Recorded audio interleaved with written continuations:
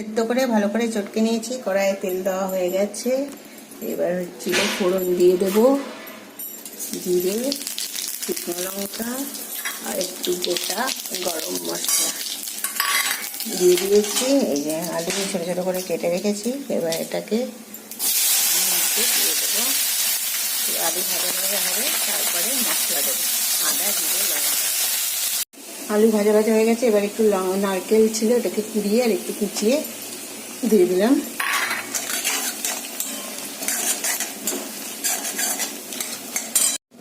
ধনে গুঁড়ো, জিরের গুঁড়ো, লঙ্কা, আদা সব রেডি করে নিয়েছি, একটু কাঁচা লঙ্কা দিয়ে দিলাম। এবার হচ্ছে এই মশলাটা এখানে দিয়ে দেবো, এবার ভালো করে কষাবো। ভালো করে কষানো হয়ে গেছে মশলাটা, এবার মোচাটা, এই যে সেদ্ধ মোচা চটকে রেখেছিলাম এটা দিয়ে দিলাম।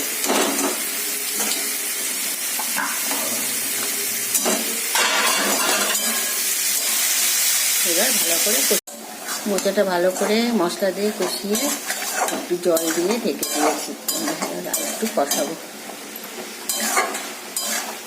আমি হচ্ছে মোচাতে চিনি দেবো না, তো তোমরা যারা মিষ্টি ভালোবাসো তো তারা একটু চিনি মিষ্টি ভালোবাসো তো তারা একটু চিনি দিয়ে নিতে পারো।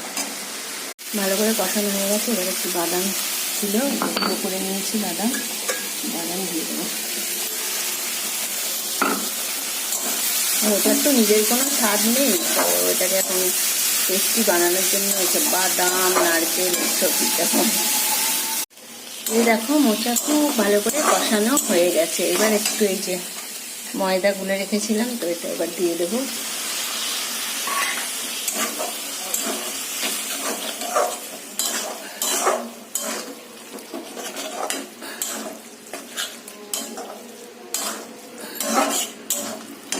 আর এই যে ঘি, এবার অল্প একটু ঘি দেবো, বেশি ঘি দেবো না, তো এবার এই ঘিটা দিয়ে দেবো।